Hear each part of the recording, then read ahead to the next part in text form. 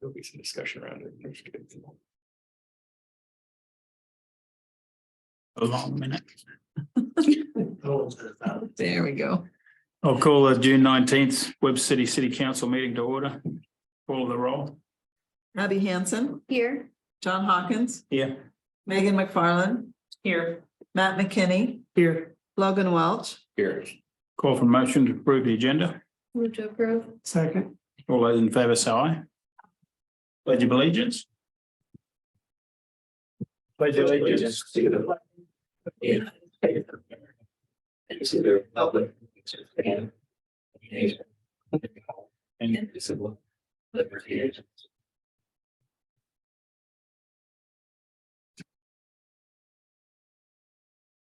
Item 1, petitions, communications and requests. This is the time of the meeting that a citizen may address the council on a matter not on the agenda. Except in case of emergency, the city council will not take any action at this meeting, but may ask city staff to research the matter. I have the matter placed on a future meeting. Anyone have public information? 2 minutes claims, reports and licenses. The following items have been deemed non-controversial routine actions to be approved by the council in a single motion. If a council member or a member of the audience wishes to have an item removed from this list, we'll consider it on its normal sequence on the agenda. I have A, minutes of June 5th. E is a resolution on payroll for period ending June 3rd and paid on June 9th. C is a resolution on bills and approve the fund list. D is the city manager reports for May. E is the police department reports for May. F is the fire department reports for May. G is the Hamilton County Solid Waste Commission agenda packet for June 14. H, recommend approval for issuance of beer and liquor licenses by the Iowa Department of Commerce for the following: renewal of Class C retail alcohol license for Lamitas Mexican Restaurant at 500 2nd Street. Amendment to Class C retail alcohol license by adding outdoor service for June 22 and 29 and June 6, 13 and 20, 27, August 3, 10, 17 and 24 and 31 of 23 for market night event in Webster City. For Wildcat Products LLC, Wildcat Distilling Company, 626 2nd Street. Amendment to Class C retail alcohol license for additional outdoor service for 15th anniversary event to be held on June 24th at the Gridiron Family Grill and Sports Lounge, 1121 East 2nd Street. An amendment to Class C retail alcohol license for ownership updates for Gridiron Family Grill and Sports Lounge, 1121 East 2nd Street. An amendment to Class E retail alcohol license for ownership updates for Casey's General Store at 1828 1300 2nd Street.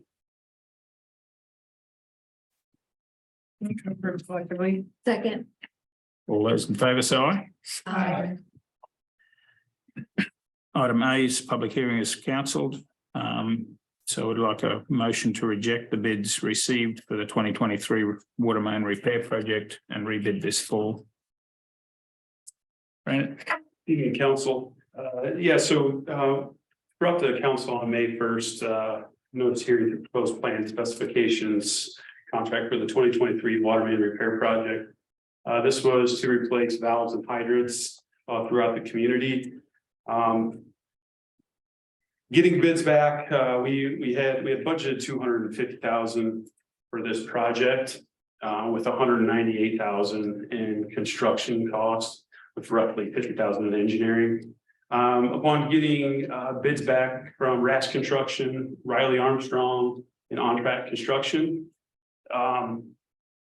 Rass Construction came in a little bit at $290,250.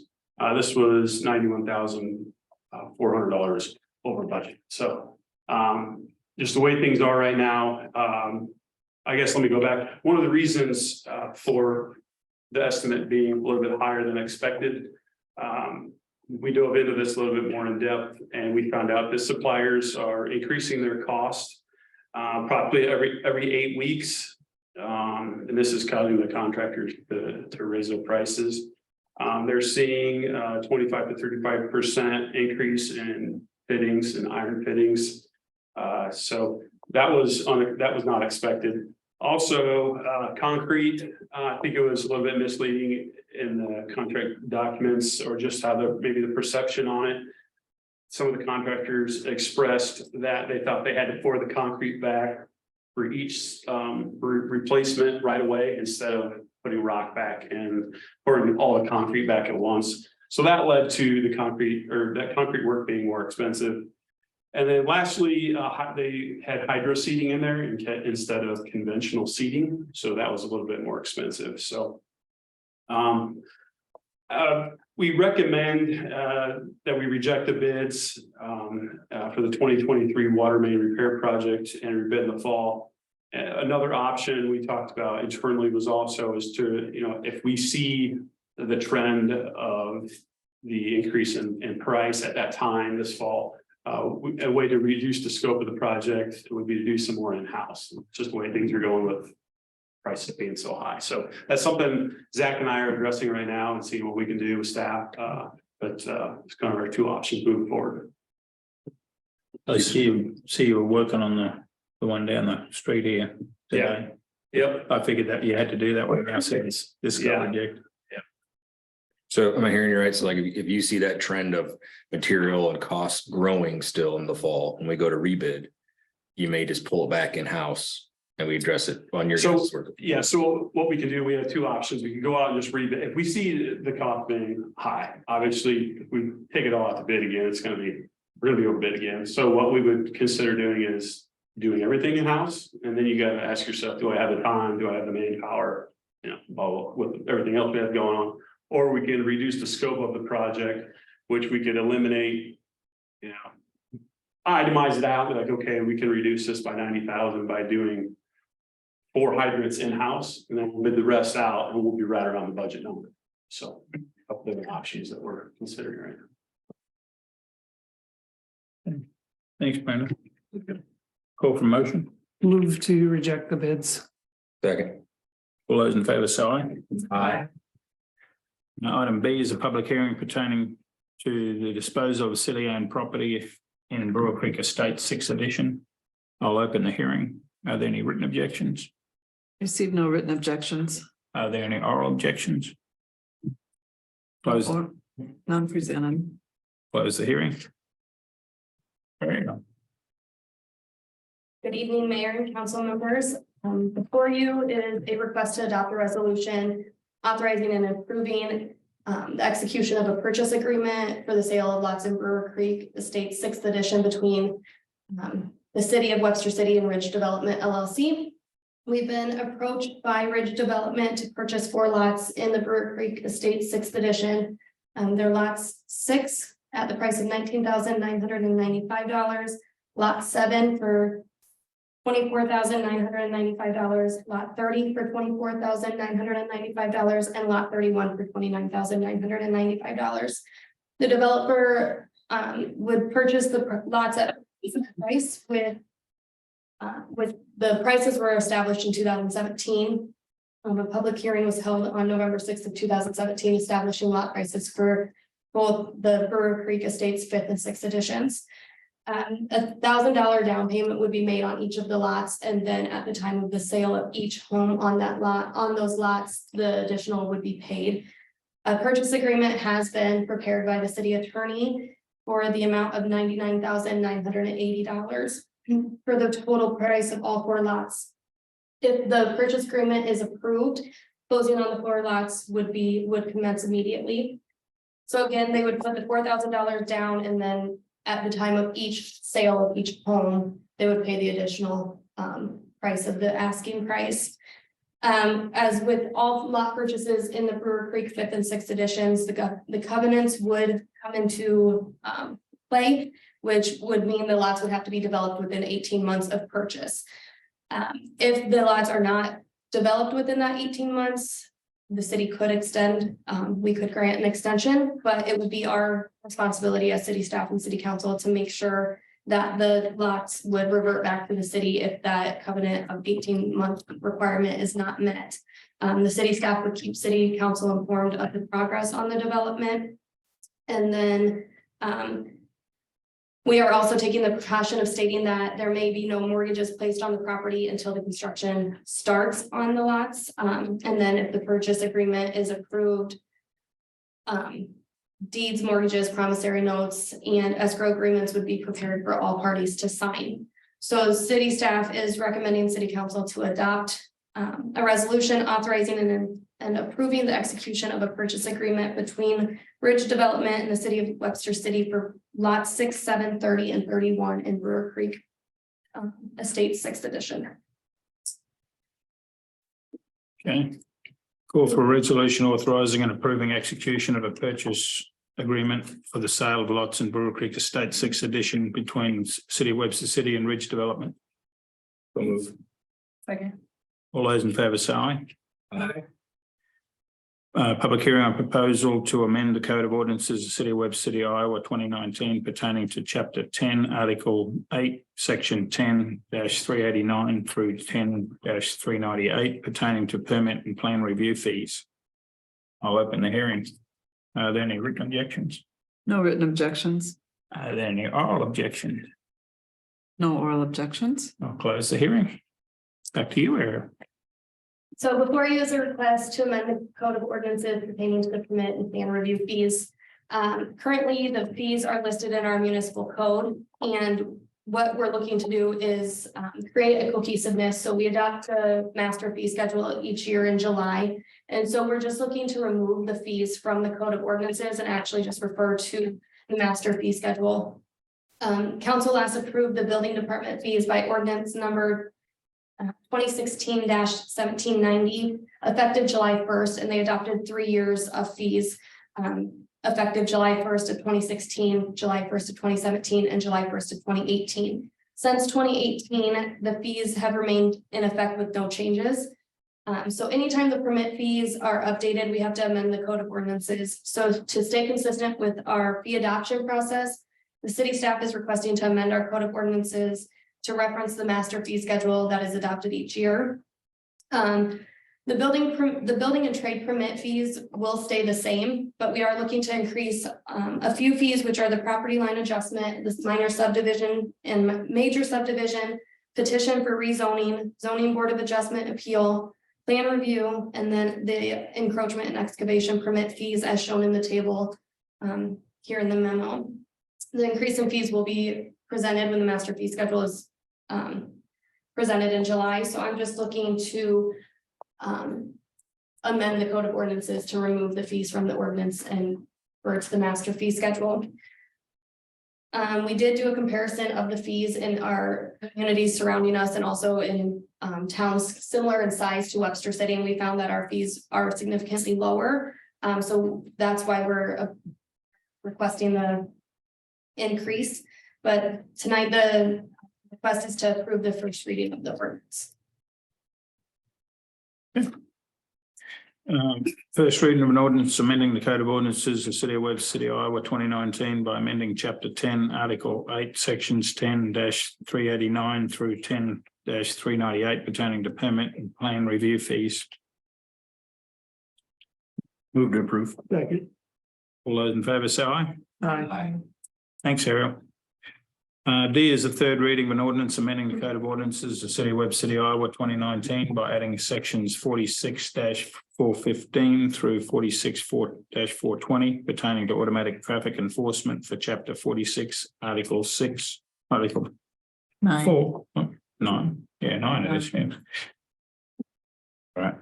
I've just been, just before we move on, I've just been told there's no live stream. Or no, are we not live?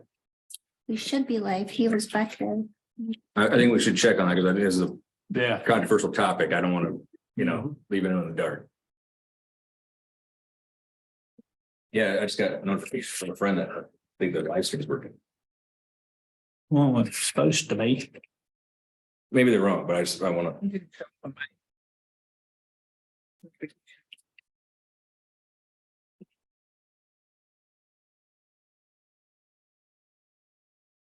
I don't know how to do it. Me either. Can't blame me. They're back there at like our favorite corner. I imagine.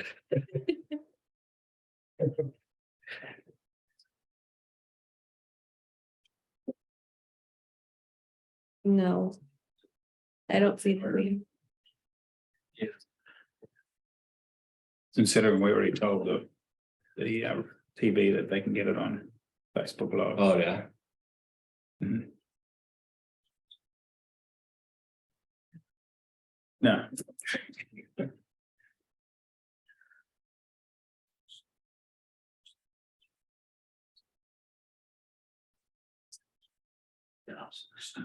Yeah. That's fine. Okay.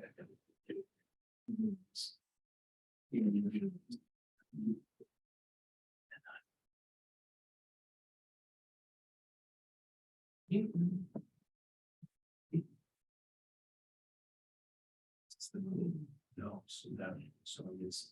Well, we are now, if we were. Good now. Part of the. Let's start that one again. I think we are on. We are live now. Okay. Okay, item D is third reading of an ordinance amending the code of ordinances, the city of Webster City, Iowa, 2019 by adding sections 46-415 through 46-420 pertaining to automatic traffic enforcement to chapter 46, article 9, division 2. Yep, so this is an item that started with the council back in December of 2022. And since then has gone through the first read, the second read, and now we're at the third read for the Code of Ordinances. The council did already approve the agreement with Census Gatsco on April 17th, so that has been executed. This ordinance would facilitate putting in place what needs to be there in order for us to issue the citations with the automatic enforcement cameras. There is going to be a 30-day warning period once these go live. We anticipate that these will go live in September, so after they're completely installed, we'll select a go live date. From that date, people will have 30 days for a warning. They'll receive a notice of violation that'll say, this is your warning. And then anything after the 30 days, they'll receive notice of violation with a fine and penalty. And that will be based off of our master fee schedule that you guys will be seeing first meeting in July. But the cameras are going to be on Highway 17. Both north and southbound, close to Millard's Lane, and then they will be off of Highway 20, east and westbound near the water tower. When you say we've already entered into the agreement with Census Gatsco, what's that agreement currently? So the agreement is currently attached to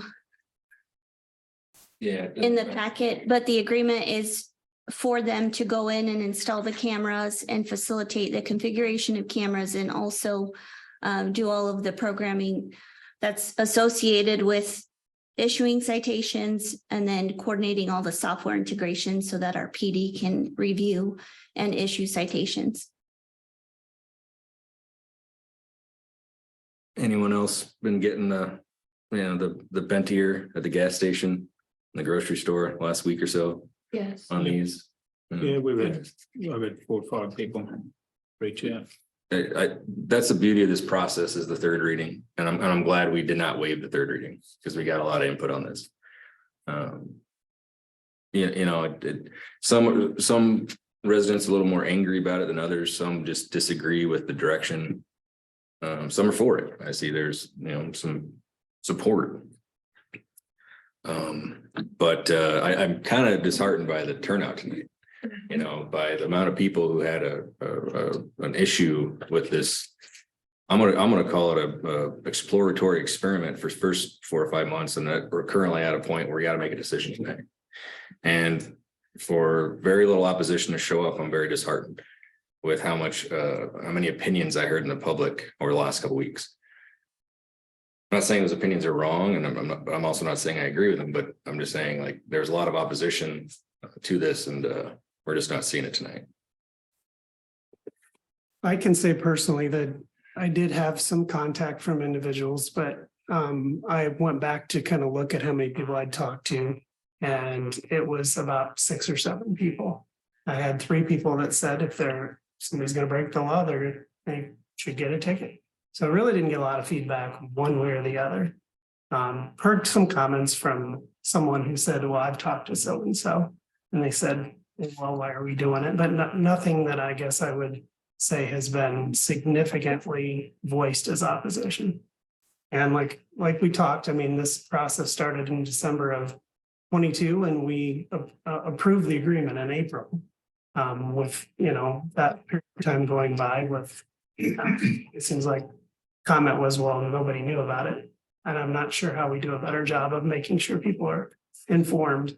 I agree with that, because that I was kind of taken back with the first reading. I thought we'd have a half a room full, because it hit the paper before that. And then the second reading, same thing, no comments in the audience, nothing. And then now the third reading, still nothing. But we have had some emails, and I appreciate everyone taking time to write emails or make phone calls or stop any of us in the public. I mean, again, that's our job. But I would think there'd be a little more, I guess a little more of awareness early on, and maybe that's on us. But I think we did do a good job putting in the paper, making everyone aware. Again, we go live on these council meetings. Maybe we'll take that as a note to look into high controversial things and how we can better, cast a wider net for the community to be aware of it. But like, Matt said that I got 5 or 6 negatives, and I think we all put ourselves out there quite a bit in the public, and I think we all are very approachable. So those negatives are not something that people are afraid to come bring to us. Now, since early on, I've always kind of been against the idea of the big brother side of things and the camera side of things. The more we learned about this process, the more we learned about, how many people were actually speeding during our sampling was very eye-opening. And again, you said it well, Matt, and a good friend of mine told me this too. Like, if you're going to speed, you're going to speed. That's your choice. That's your choice. And we're making people aware where these are at. And there's that 30-day warning period. So if you're going to speed, you're going to speed, and that's your choice. I think the way it's being implemented is giving flexibility of somebody's got to be 11 miles an hour over the speed limit before they're going to get a ticket. It's not just speeding, it's excessive speeding. So. And another thing too, I found interesting over the last, 2 readings and just recently, the news made a point of us and we may pass this tonight, and so did towns like Marshalltown, and then they're kind of, picking these towns out like, hey, they're doing this speed camera system, and other communities have done this for years. Obviously there's been discussion in the Iowa House over, kind of what the state allows. So there's been discussion at another level of government on this, and it's currently okay to do. Your legislature is allowing communities to do this. So if you really want to see these things stopped, I would go to the next level of legislation, to fight that fight on Iowa law. We're given a sandbox to play in and certain things we can do. And this is one of those tools and levers we can pull to make our community safer.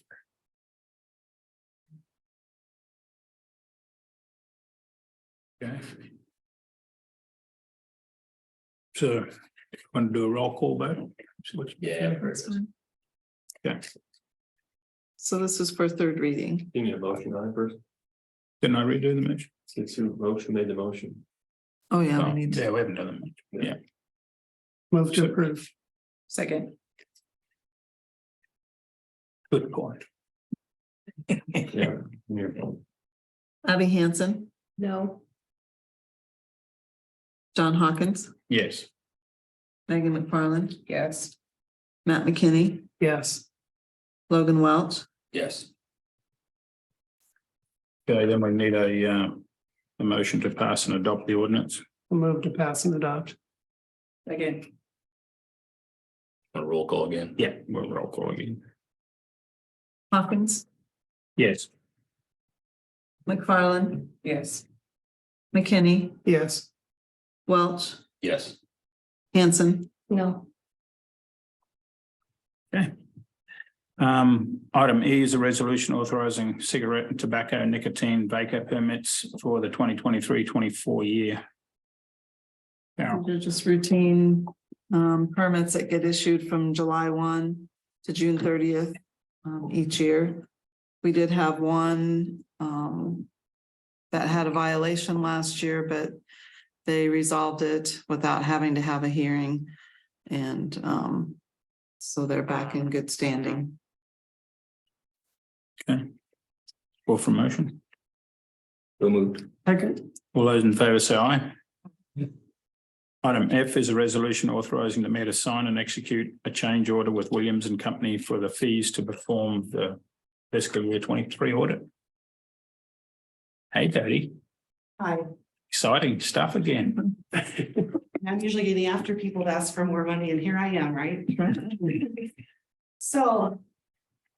If you read through the memo, you realize that there's a shortage of accountants, CPAs, auditors nationwide. And the city was approached, was Justin, which most of you are familiar with, from Williams and Company, had called me a while back and said he wanted out of the contract, that they were just struggling with keeping employees. And he just didn't know that he could fulfill the agreement. And wanted to know if I could check around and see if anybody else would take us on. Well, this was in April and, with year end, 2 months out, doubtful. But I did reach out and talk to several, 7 or 8 different firms. Nobody was willing to do the fiscal year 23. I had a few of them that said possibly they would be interested in bidding on a new agreement, starting with fiscal year 24, but that was pretty doubtful too. I had one of them that said that they had called Williams and Company about a different audit, wanting to share the responsibilities on the financial statements and then doing the audit. Williams and Company wasn't interested with the other, and they weren't on this one either. So Justin called back and said that he would fulfill the agreement, but he wanted a change order. And that's what the letter that he gave was, the increase of 20,000 of the initial audit. So it went from 40, well, the current contract would have been 53,250, which would also include doing the AFR, and if we needed the additional federally funded audit, which I do not think that we're going to need this year. We will next year though, because it's if you spend the money, so like the ARPA that we received, we haven't spent it yet, so I don't believe we would need that audit this year. So, and one of the firms that I did talk to that talked to me for the longest time, they actually set up a conference call, and they said that without really looking into it further, they threw out that, or it would be 80 with everything, it would be 80,000 plus any out-of-pocket expenses, including travel, meals, what they would need as well. So I also reached out to the state of Iowa, because of course, if we cannot get somebody to audit us, the state of Iowa has to come in and audit. And they are in the same boat. They're hiring 2-year degree auditor, people to audit, accountants to work in there. I mean, they can't be CPAs, but they can still work on audits. And they just said they're buried. They would not give me any kind of price, and they just said it's actual, whatever they actually, the hours that they worked. And I did respond back and ask them if they could give me those hourly rates, that I thought I could talk to Williams and Company and try and get a good estimate, and they didn't respond. So I'm not really sure exactly what the state would charge.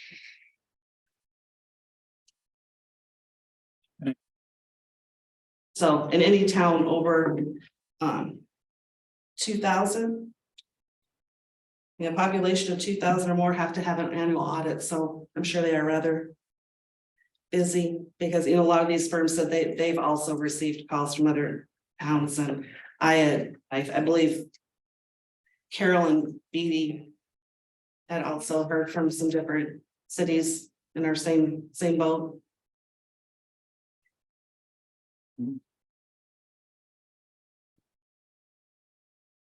Thank you, Daddy.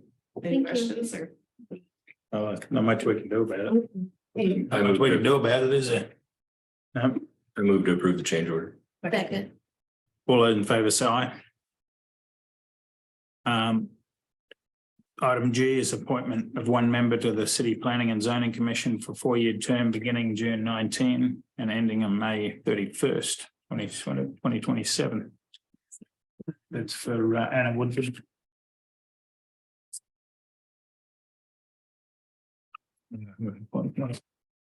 I'll read them both. And appointment of one member to the Airport Commission for a 4-year term beginning June 19 and ending on May 31st, 2027. That's Anna Woodward as well. Move to approve collectively. Second. All those in favour say aye. Aye. And then I is a resolution authorising staff to request proposals for 2023 city trash services for city facilities and citywide recyclable collection services for all of Webster City residents. Good evening, council. Here to adopt a resolution to seek authorization to request proposals for the 2023 city trash services for city facilities and citywide recyclable collection services. We are currently under a contract with the trash man here in Webster City and have been since 2003. Residents throughout the community have inquired the council members about improving recycling. On March 6th, 2023, BD brought to council a discussion and requested direction related to reviewing the bidding out of the city trash services. I'll just kind of summarize what was discussed at the March 6th council meeting, some of the stuff you kind of asked BD to look into and moving forward with the RFP. Council expressed concerns to the current size of the recycle bins and the importance of having a lid during the windy days. We've all had the recycled material and wind comes up, and next thing you know, all of our recyclables down the street. And having a lid on that and how it's important. These sizes that you requested prices on include the 32, 64, and 96 gallon. And that's with bi-weekly and weekly pickup. You also expressed the importance and outreach and education to the community. It is important that the public understands what can and should be recycled and what goes in the trash. Based on what the hauler can recycle is important that you also understand the capabilities of the hauler and what their operations look like. One part of this include adding an additional portable roll-off container. I know in the RFP, we talked about having 1 or 2 containers. The one down there by the street department gets used a lot. And so I know in the past, this has been brought up about having multiple locations and multiple roll-offs. This contractor will also take part in the citywide cleanup and drop-off days. This proposal also includes the removal of solid waste from 11 city facilities via 2 cubic yard dumpsters. These include Fuller Hall, City Hall, Cemetery, Street Department, Wastewater, Water, Line Department, Fire Station, Webster City Congregate Meals, Webster City Airport, and Outdoor Pool.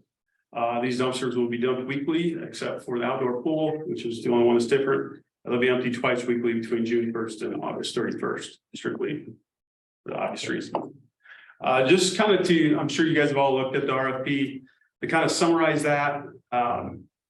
We're requesting proposals on cost for 32 for the different options for the 32 gallon, 64 gallon, and 96 gallon recycle bins. And with attached lids, with a proposed cost on bi-weekly and weekly pickups. We're also requesting, the importance, written description of how the service will be provided, equipment used, labor, what will be accepted to be recycled. We all want to know, is there more stuff that we can recycle? Is there less stuff that we should be recycling? What is that material exactly? So the contractor will have to provide that information for us. Educate and inform the public.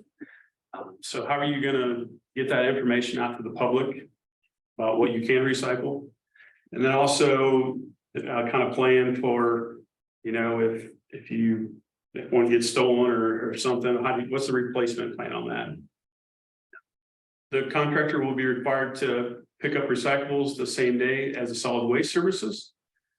Our selection process that we will be looking at once those who fill out the proposal. Our criteria is ability to meet service requirements attached in the RFP equipment and personnel to meet the collection needs, the bid proposed, outreach and education and public awareness, facility capabilities, and past references. Proposals are due July 27th at 2 o'clock. And we brought back to council for you guys to review and award the contract. So I know there's a lot of information in RFP. Tried to go into as much detail as possible, but also a lot of it leaves it open for the contractor to give us as much information as possible back to what we're looking for. So some of it is some open-ended questions. Also, one thing I didn't discuss was the option for the 5-year and the 10-year contract. If we go into a 10-year contract, will we get a better price? So those are kind of the different options that we're asking for. You think we've covered enough in there, Chris? Thank you, Brandon. Yep. Thank you. I know this is not related specifically to the contract, but I think it's a good time to put out for whoever is watching. Had several comments that I think Trashman has addressed related to pickup of the recycling material. Why are we dumping it in the back of a dump truck and not, recycling it? And it is being sorted at another location. It's just not being done at the curbside. So please spread that word so people are informed of that process. So thank you. Yeah. Need a motion to approve the resolution? Yeah. Move to approve. Second. All those in favor, say aye. Aye. Okay, closed session, meeting closed session to discuss the purchase or sale of particular real estate only where premature disclosure could be reasonably expected to increase the price a governmental body would have to pay for that property or reduce the price a governmental body would have to receive for that property as provided by chapter 21.5J of the Code of Iowa. Meeting closed session to discuss the strategy of council and matters that are presently in litigation, where litigation is imminent, whether its disclosure would likely prejudice or disadvantage the position of a governmental body in that litigation as provided by chapter 21.5C Code of Iowa. Move to go to close. Favor, say aye.